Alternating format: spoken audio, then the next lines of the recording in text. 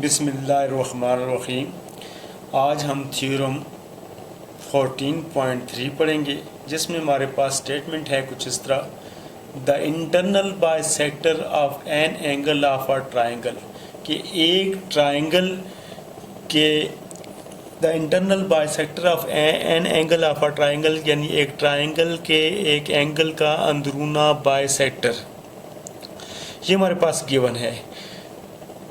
To prove ये करना है, divide the side opposite to it in the ratio of the length of the side containing the angle, यानी वो उसके opposite जो साइड हैं उनको एक तनासब से डिवाइड करता है। तो इसके लिए सबसे पहले हमने एक डायग्राम बनाई है। ये ट्राइंगल है हमारे पास ABC, और ये CD जो है ये हमारे पास बाइसेक्टर है, इंटरनल बाइसेक्टर है, यानी एक ट्राइंगल के एक एंगल का इंटरनल बाइसेक्टर। तो ये हमारे पास गिवन भी है और यही हमारे पास डायग्राम है। तो अब हम गिवन में लिखते हैं इन ट्राइंगल ABC, एक ट्राइंगल ABC है जिसमें CD जो है इज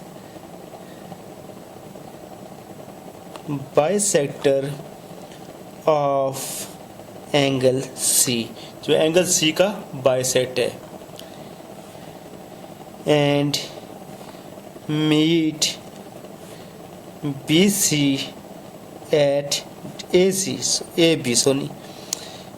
हमारे पास AB को ये पॉइंट D पर मीट करता है। यानी इन ट्राइंगल ABC, एक ट्राइंगल ABC है जिसमें हमारे पास CD जो है ये एंगल का बाइसेक्टर है, जो एंगल C का बाइसेक्टर है, एंड मीट AB जो AB को मीट करता है पॉइंट D पर। टू प्रूव हमने ये करना है कि ये साइडों को जो है एक तनासब से डिवाइड करता है, यानी AB by BD, AD by BD is equal to AC by BC।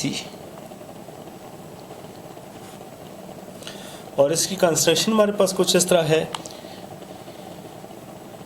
Draw BD, हम BD एक BD जो है BD हमारे पास पॉइंट है BN एक जो है पैरेलल खींचेंगे किसके, CD के।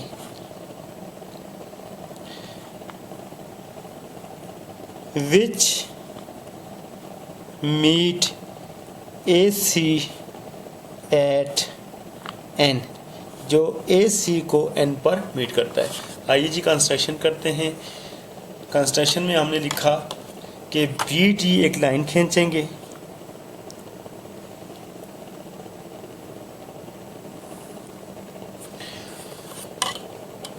जो AC को पॉइंट N पर मीट करता है।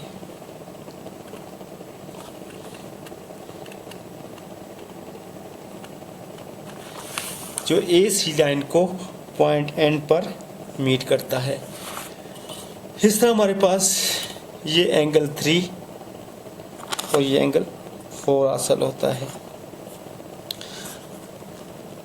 हाँ, तो आप देख रहे हैं कि सबसे पहले हमारे पास एक ट्राइंगल थी ABC, जिसमें एंगल C का जो ये CD जो है ये एंगल का अंदरूना बाइसेक्ट है। यानी ये हमारे पास गिवन था कि इन अ ट्राइंगल ABC CD जो है बाइसेक्टर है एंगल C। टू प्रूफ ये करना है कि ये साइडों को रेशो में डिवाइड करता है, यानी AB by BD is equal to AC by BC। इसमें एक सोचने वाली बात यह है कि हमने कंस्ट्रक्शन को इस तरीके से क्यों लिया है कि ये हमारे पास AB बाय BD लिखना तो एक मैथमेटिकली इस्लाब में सूटेबल बनता है। जब हम ये कहते हैं कि AC बाय BC, तो ये हमारे पास मैथमेटिकली लिखने में हमारे लिए मुश्किल पेश आता है, क्योंकि ये दोनों अलग अलग साइड हैं। जबकि ये तीनों पॉइंट एक ही साइड पर आ रहे हैं, यानी हम लिख सकते हैं A B by B D. और यहाँ हमारे पास ए सी अलग साइड है, बी सी अलग साइड है, जबकि हमें प्रूव करना है कि ए सी बाई बी सी जो है ए बी और बी डी के बराबर है। तो इसलिए हमने ये कंस्ट्रक्शन बी एन लिया है जो ए सी को पॉइंट एन पर मीट करता है। इस तरह एंगल 3 और एंगल 4 हासिल होते हैं। यहाँ मैं आपका सरसरी सा थोड़ा सा आप लोगों को डायग्राम से बता दूँ कि हम प्रूव करने की कोशिश किस तरह करेंगे। सबसे पहले हम कोशिश करेंगे कि ये सी एन और बी सी साइड किसी तरह बराबर साबित हो जाए। अगर ये बी सी और सी एन आपस में साइड बराबर हो जाती है तो ये हमारे पास ए सी और सी एन को हम यूज़ कर सकते हैं, क्योंकि ये एक लाइन पर आ जाएंगे। तो इस तरह हम अपने थ्योरम को प्रूफ कर सकते हैं। तो प्रूफ करने के लिए हमारे पास स्टेटमेंट और रीज़न होता है। तो सबसे पहले हम आते हैं स्टेटमेंट और रीज़न में। सबसे पहले हमारे पास सी डी जो लाइन है वो पैरेलल है बी एन के। सी डी जो है ये बी एन के पैरेलल है, यानी ये सी डी और बी एन जो है ये आपस में पैरेलल लाइनें हैं। अगर ये पैरेलल लाइनें हैं तो इसका मतलब ये है कि मेजर एंगल 2 और मेजर एंगल 3 जो है ये आपस में इक्वल हैं। क्यों इक्वल हैं? ये देखें, ये पैरेलल लाइन है, ये पैरेलल लाइन है और ये इनको ट्रांसवर्सल लाइन काट रही है। तो इसका मतलब ये है कि ये 2 और 3 जो हैं पैरेलल लाइनों के क्रॉस में आ रहे हैं, यानी ये क्रॉस में आ रहे हैं तो ये अल्टरनेट एंगल हैं और ये आपस में इक्वल हैं। तो हम लिख सकते हैं जी स्टेटमेंट में मेजर एंगल 2 कांग्रुएंट है मेजर एंगल 3 के। रीज़न हमारे पास इसका alternate angle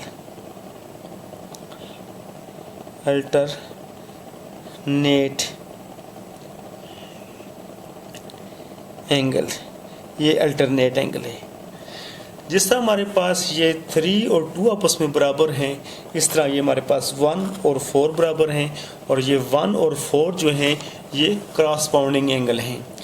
measure angle 1 congruent है मेजर एंगल 4 के। तो इसका रीज़न है हमारे पास क्रॉसपाउंडिंग एंगल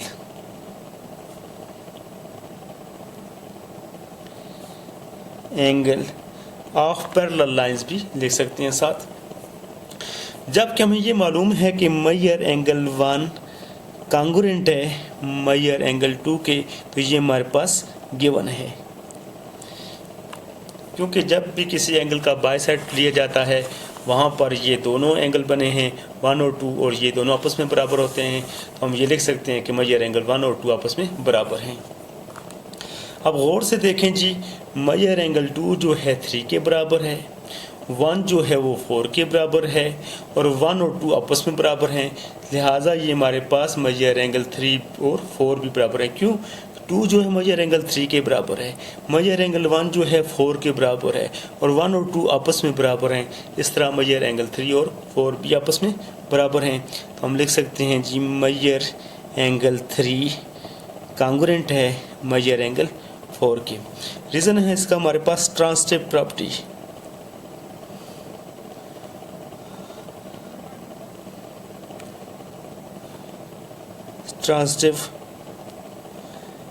प्रॉपर्टी। फ्रॉम 1 and 2 भी इसका रीज़न लिख सकते हैं। अगर ये हमारे पास एंगल 3 और एंगल 4 आपस में बराबर हैं, तो लिहाजा जब दो एंगल जो हैं, एक ट्राइंगल के 2 एंगल जो हैं आपस में बराबर हों तो उनकी अपोजिट साइडें भी आपस में बराबर होती हैं। तो ये देखें, इस ट्राइंगल में BNC में एंगल 3 और एंगल 4 आपस में बराबर हैं, तो लिहाजा BC और CN आपस में ये भी बराबर हैं। तो हम लिख सकते हैं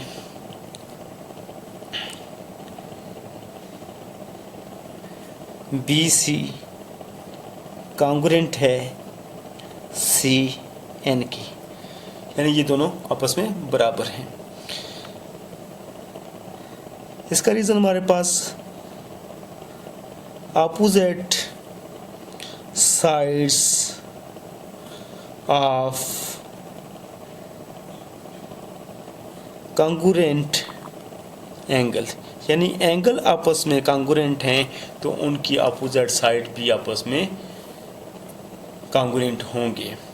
इसी तरह हमारे पास नाउ अब ये हमारे पास तो यहाँ तक तो क्लियर हुआ कि जिनको बराबर साबित करना था, यही पहले मकसूद था कि हमारे पास किसी तरह ये BC लाइन और CN लाइन जो है आपस में बराबर साबित हो जाए तो हमारा काम आसान हो जाए। तो उसके लिए हमने ये सारा काम किया कि हमारे पास मेजर एंगल जो 1 है 2 है वो 3 के बराबर है। फिर हमने कहा ये अल्टरनेट एंगल है पैरेलल लाइन के, 1 जो है 4 के बराबर है, तो हमने कहा ये क्रॉसपाउंडिंग एंगल है। फिर हमने कहा कि ये 2 जो है 3 के बराबर है, 1 4 के बराबर है, तो लिहाजा 3 और 4 भी बराबर हैं क्योंकि 1 और 2 आपस में बराबर हैं। तो जब ये 3 और 4 बराबर साबित हुए तो उनके अपोजिट साइड भी अब बराबर हैं, BC और CN भी आपस में बराबर हैं। तो अब हम ट्राइंगल की तरफ आते हैं। नाउ ट्राइंगल ABN, अब अगर इसमें देखें ये हमारे पास CD जो है ये पैरेलल है किसके, BN के। तो ये हमारे पास कंस्ट्रक्शन से, क्योंकि ये पैरेलल हमने जो खींचे हैं ये कंस्ट्रक्शन की वजह से हमारे पास आए, पहले इसका वजूद नहीं था, तो लिहाजा ये हमारे पास CD जो है ये पैरेलल है किसके, BN के। अगर ये पैरेलल है तो फिर हम यह यहाँ पर इस तरह लिख सकते हैं, ये AD by BD is equal to AC by CN। ये देखें जी, हमने इस तरह लिखा AB बाय BD, ये एक लाइन में थे, हमने लिखा AD बाय BD, तो हम इस तरह लिख सकते हैं AC बाय CN हम लिख सकते हैं। तो ये हमारे पास हमने इस तरह लिखा। अब इसी तरह हमारे पास AD by BC is equal to AC by BC। तो अब वापस मैंने फिर ये CN की जगह BC लिख दिया है। क्यों लिख दिया है, इसका रीज़न ये है कि CN जो है ये कॉन्ग्रुएंट है BC के। तो लिहाजा ये साबित हुआ कि जब हमारे पास किसी एंगल का, जो किसी ट्राइंगल के एक एंगल का बाइसेक्ट, इंटरनल बाइसेक्ट होता है तो वो साइडों को, अपोजिट साइडों को जो है एक तनासब से डिवाइड करता है। ये देखें हमारे पास ये BC साइड और CN साइड के बाद हम आसानी से ये साबित कर सकते हैं कि ये हमने कहा कि CD जो है BN के पैरेलल है।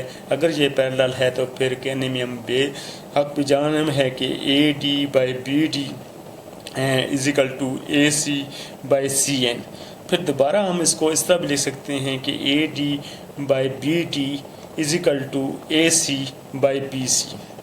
पहले हमने इस AC बाय CN लिखा था, अब उसकी जगह हमने BC लिख दिया। क्यों लिख दिया कि CN और BC हम पहले बराबर कर चुके हैं। तो उम्मीद है कि आपको इस थ्योरम की अच्छे तरीके से समझ आ गई होगी। अगर आपको हमारी वीडियोस अच्छी लगी हों तो हमारे चैनल को सब्सक्राइब ज़रूर करें और हमारे वीडियोस को लाइक भी करें, शेयर भी करें अपने दोस्तों तक, अपने क्लास फेलोज़ तक, उनको भी बताएं और अपनी राय से भी हमें आगाह करें कि हम किस तरह मज़ीद वीडियो को बेहतर से बेहतर बना सकते हैं और जो आपके लिए ज़्यादा मुफीद और कारगर साबित हो सकती है। तो आप लोगों की राय को अहमियत दी जाएगी, सुना जाएगा और उस पर भी काम किया जाएगा। उम्मीद है कि आप अच्छी राय से हमें आगाह करेंगे। Thank you ji.